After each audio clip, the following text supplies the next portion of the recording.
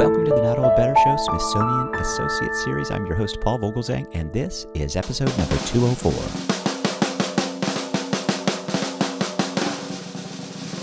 As part of our Smithsonian Associates Art of Living interview series, our guest today on the Not Old Better Show is Professor William Hitchcock.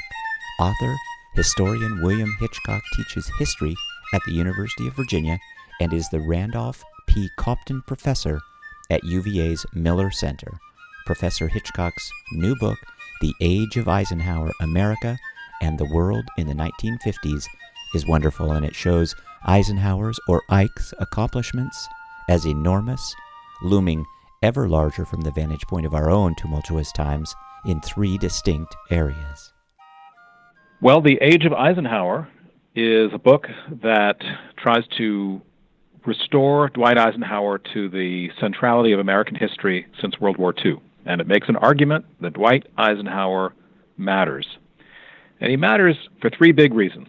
First, Dwight Eisenhower shaped the warfare state that we still live in today. Second, he moderated the Republican Party and brought it into the center of American politics in the 1950s and tried to make it a moderate party. And then, of course, the Republican Party changed after that. And third, he gave us a model for how to be a disciplined president, how to be a focused, disciplined president who could get things done and not be too partisan. So in a way, he's a model for our own time. That, of course, is our guest today, author, historian William Hitchcock. Professor William Hitchcock will be at the Smithsonian Associates Program presenting Dwight D. Eisenhower, Perspectives on a Presidency, May 3rd, 2018. Please join me in welcoming to the Not Old Better Show via Skype, Professor William Hitchcock. Will Hitchcock, welcome to the show. Thank you. Tell us briefly about your upcoming Smithsonian Associates presentation about President Dwight D. Eisenhower. Well, we're going to have a wonderful evening with Eisenhower on Thursday, May 3rd at 6:45 p.m., and I'll be talking for about an hour and a half about what Eisenhower did in office as president to shape modern America. He's now emerging as one of the most important and interesting modern presidents, and historians are fascinated by what happened in the 50s, and we'll be looking at things like the Red Scare, nuclear arms race, war in Korea, Indochina, covert operations, the U-2 crisis, all of those interesting historical episodes from that era. And of course, you'll touch on your excellent, impressive new book, which is receiving great reviews, The Age of Eisenhower, America and the World in the 1950s. And in that book, you dispense quickly with this period pre-Ike's 60th birthday. I'm 60, so I'd like to move past that myself, but you focus really in the book about his post-military retirement, his role as president of Columbia University, his potential candidacy, at least in the early parts of the book, for the U.S. president. Why this period? Why not Ike's upbringing?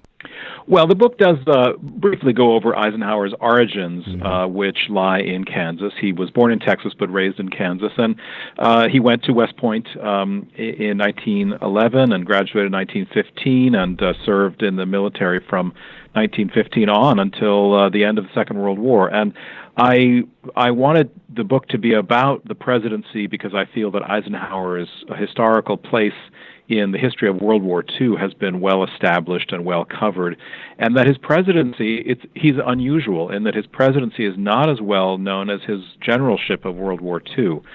In a way, he shares that with Ulysses Grant, where people think his presidency was less important. But I wanted to focus on the presidency and bring out the particular qualities of leadership that Eisenhower possessed that I think really shaped America in the 50s.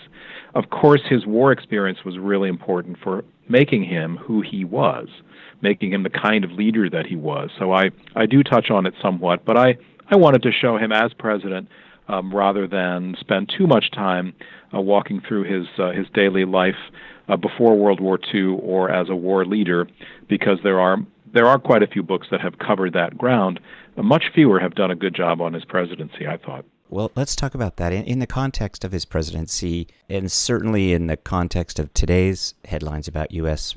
Race relations, much was going on with regard to civil rights, Brown versus the Board of Education. Certainly mob rule was a big issue. Lynchings were going on. And with respect to lynching, the Emmett Till case was something that Ike dealt with. And I was kind of unaware of that. So tell us a little bit about that story and what impressed you most.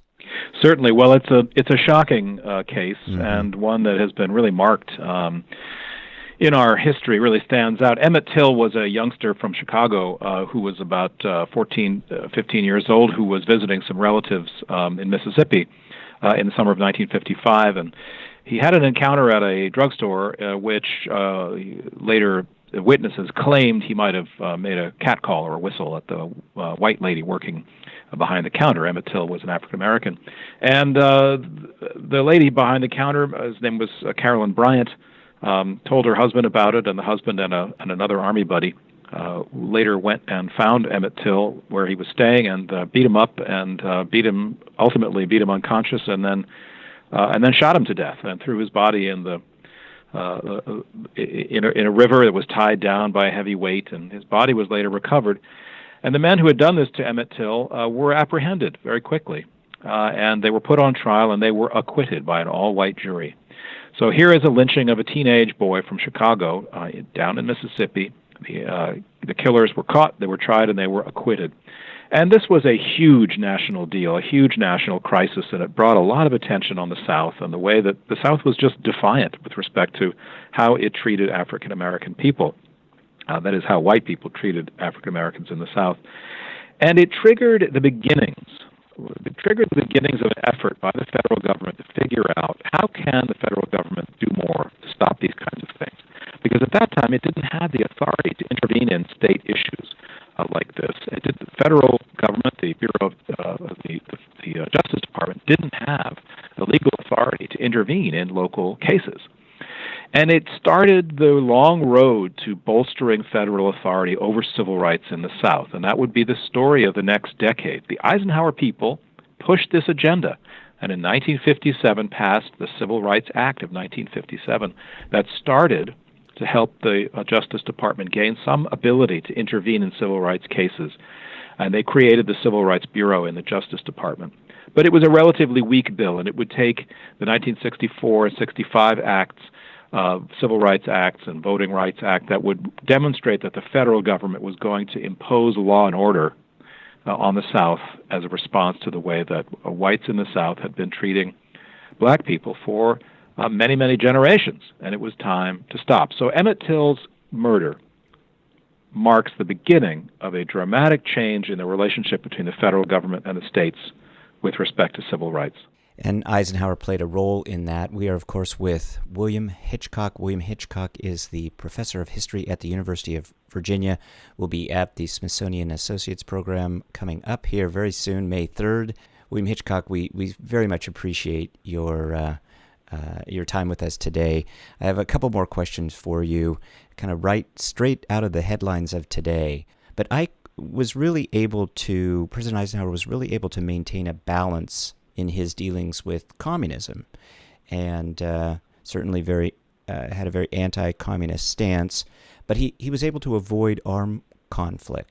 What could we learn today from Ike here, and was this one of Ike's most important diplomatic foreign policy achievements? Well, I think it was. He was remarkably skillful in managing the Cold War. He avoided getting into long-term, costly conflicts, and he had many opportunities. The Korean War was going when he became president, but he worked hard to get an armistice in the Korean War. In Indochina in 1954, the French government was losing a war there, and they wanted Americans in. And Eisenhower was hesitant and said, no, we're not going to get involved in a war in Indochina and Vietnam now in 1954. Again, in Taiwan, the nationalist Chinese wanted American help, and Eisenhower figured out a way to stay out of conflict there. Again and again, Eisenhower was reluctant to intervene, to use military force to get into a real shooting war with communist forces, whether they were Chinese or Soviet. At the same time, though, he was a cold warrior. He was a hawk, no doubt about that, and he built up the American military into this enormous global power during the 1950s, and he did that in order to demonstrate to the communist bloc that America would, if it was really pushed, would go to war, and that it had the capabilities to be overwhelmingly victorious in any future conflict. So it was peace through strength.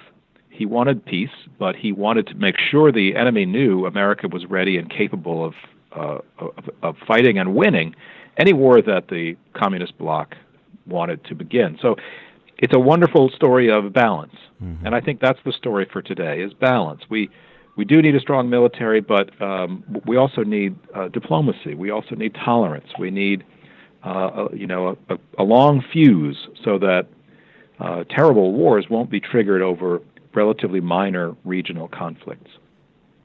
Some important lessons. Well, finally, Will Hitchcock, President Eisenhower was much more than just a popular war hero, but many have written him off in that way. You're not among them. But Ike, of course, in your book is presented as an intelligent, principled man.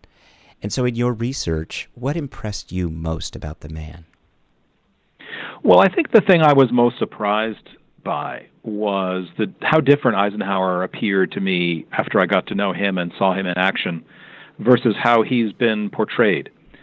He's often portrayed in black and white photographs as a kind of old man, kind of ill, a little bit fuddy-duddy, wearing kind of loose, floppy suits, and it just seems almost like a figure from another century. But the real Eisenhower was a very dynamic, charismatic person. His face was very ruddy and red. His eyes were piercing blue. He had enormous hands. He was a great athlete when he was young. He played a lot of golf because he was a phenomenal athlete and loved to compete. He was very competitive. He had a lot of charisma, physical strength, and people talked about his dynamism, his electricity. Now, that was news to me, that Eisenhower, this figure from the 50s that everybody thinks of as a kind of a sleepy old guy, turns out to have been a very dynamic, charismatic man, and that was really the key to a lot of his political success as a leader. Will Hitchcock, professor of history at the University of Virginia, author of the new book, The Age of Eisenhower, America and the World in the 1950s. Will Hitchcock, thanks so much for joining us. We will see you May 3rd at the Ripley Center in Washington, D.C., but we really appreciate your time today. Oh, I really appreciate your interest in the 50s and in Eisenhower. Thank you. Yes, thank you, Will. My thanks to our guest today, William Hitchcock. Author, historian William Hitchcock will be at the Smithsonian Associates Program presenting Dwight D. Eisenhower, Perspectives on a Presidency, May 3rd, 2018 at the Ripley Center in Washington, D.C. My thanks as well to the Smithsonian team for all they do to support our interviews. As usual, we will post links to everything, and also as usual, my thanks to you, the listeners, for joining me today. Your time is valuable, and I'm grateful you're spending some of it with me.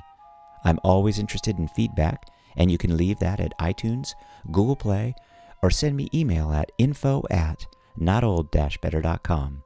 Stay tuned for our next show, another great one as we talk about better, the Not Old Better Show. Thanks, everybody.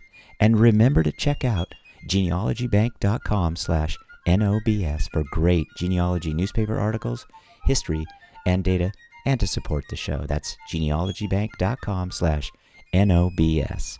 And finally, the music today is from the free music archive performed by the United States Army Old Guard Fife and Drum Corps. Thanks so much, everybody.